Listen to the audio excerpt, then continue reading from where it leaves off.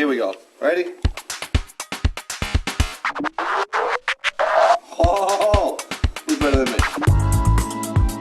Yeah.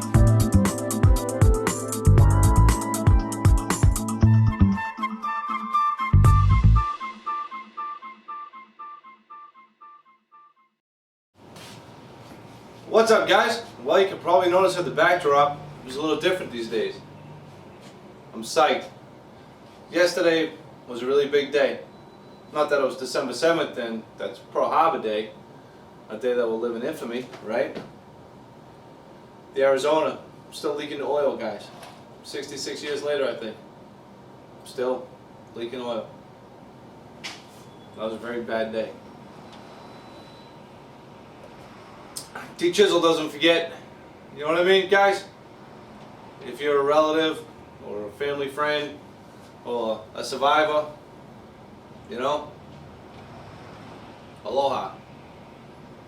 Isn't that a funny word, aloha? It means goodbye and hello. Whatever. I don't know if they're coming or going, I guess. But anyways, I dropped the top off yesterday and I was completely pumped. I actually had an emotional crisis. Not that I was bawling or anything, but I was really stressed out, man. I had to drive maybe 70 miles or so to drop off the top over to Christine's, and it was nerve-wracking. I threw it in the back of the car I own. Well, actually, it's an SUV. You know, whatever. T. Chisel drives a Lincoln MKX. Oh yeah, baby, 2007 MKX. I freaking love it. It's the balls. But anyways, man, finally time to concentrate on the lower half of the Secretary, and I'm really excited about getting these feet on. You know, if you remember, I made these things like 6 months ago, and I thought that I was going to have them on the case right away, but plans change, and you know, this thing's always moving. So what I need to do, well, you guys already know that the interior of this thing's already done. I just need to put a couple of hinges on, and that's that. But now I need to go along and I need to surface the inside of this case side, because it's still a little bit heavier than 3/4, so I want to make it dead ass 3/4 as much as I can.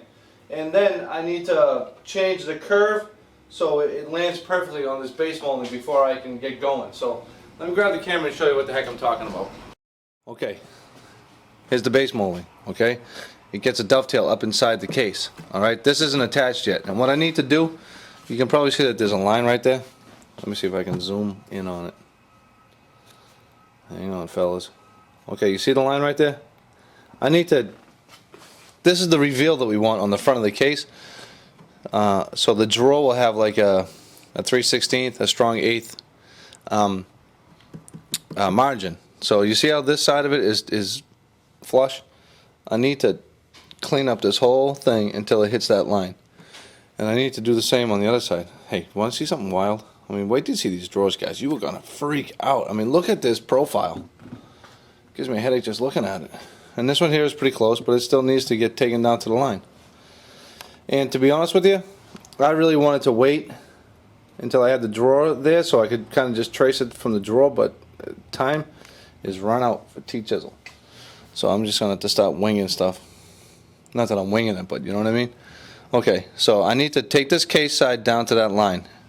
And this is like important stuff. Okay? Because you can see that there's a miter on the outside corner and it's going to get a return on the base molding, okay? And I need to know where that line is going to be, because I just can't kind of cut it wherever I want. It really needs to be dead perfect. So let me see if I can get in there. You can see that there's a line right here. You see that line? That's where I need to miter it, and that miter is not in line with the case side. I mean the case front. It's in line with the case side, so I need to miter it on that line, and then just shape this down to that miter line. So when I have this return coming down the other way, guys, I won't have to sand anything off the tip of my miter. So it's going to be a perfect miter coming down here and going down. Now you can probably notice that that this is still part of the front. Let me see if I can do a quick little demonstration of what this thing is going to look like. All right. This is essentially a mock-up of the base molding, okay? Now you know how we don't like to have cross-grain issues on any kind of waste moldings or base moldings or anything. And if you remember correctly, that I put this molding on a frame. Same theory applies to the bottom of this thing, okay? Hang on. God damn, that thing's in. Whew. Okay, this is what the bottom of that base molding looks like, and you can see that there's a line on here that represents, you know, where it's going to be cut out, the shape of it. You see? That's just, you know, just for me personally. So it has a dovetail in it, but it's really thick. Okay.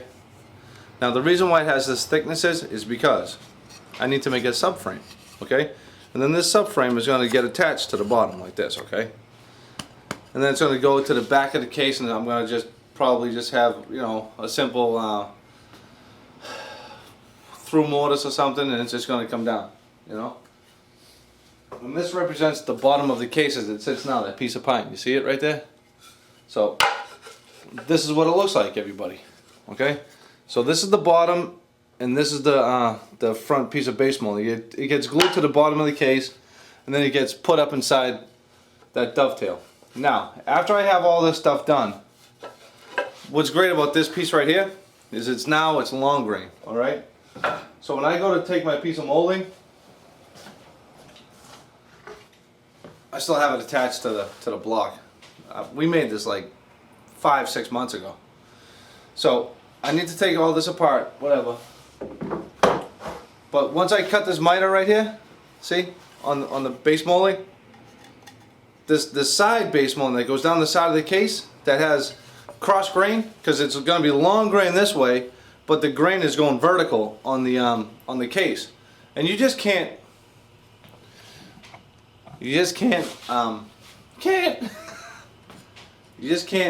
glue cross grain to long grain, because it's going to split. And a lot of these base moldings and waste moldings, and even though a lot of moldings up on top of pediments or whatever, they just would have been nailed to death, you know. But we're trying to make an improvement upon that, so we go through like these painstakingly processes, so it'll stay together with glue and common joinery. So this is now going to have long grain down the side of the case. So it's going to have long grain on the front of the case and down the side of the case. And then I'm just going to cut this miter, cut the miter here, and then I'm just going to glue long grain to long grain down the edge of the case. And to be honest with you, this is just going to get screwed to the bottom of the case, and that's going to be fine, you know. We may get a couple of things of spot glue, but I don't think so. So that's what I'm going to get to doing. I'm really, really pumped about this, guys. I mean, look at the bottom case. Now there's a ton of work to do on this thing still. I need to, man, I need to clean up all the corners. Oops, sorry. I need to clean up all these corners right here. I need to take the backboards off. You know, I need to put the lopers in. See all that mangled stuff right there? All that needs to be cleaned out and be put perfectly on the line. Let me see if I can show you the little things that I'm not too psyched about. Well, I'm not happy about it. I know it can be better. You see the line right here on the side of the case, everybody? That represents 3/4. So you can see that it's just a little heavy all the way down. And it's, you know, a little heavy down there in the bottom. So, T-Mac is going to get to doing this. Alright. Dun, dun, dun, dun, dun, dun, dun, dun. December 8th, Chisel is going to get to rocking and rolling. Cleaning this thing, organizing my shop, and getting ready for the final push. Well, actually, it's not the final push. Putting all the hardware on is going to be the final push. Yeah, man. Feeling a little bit proud of myself.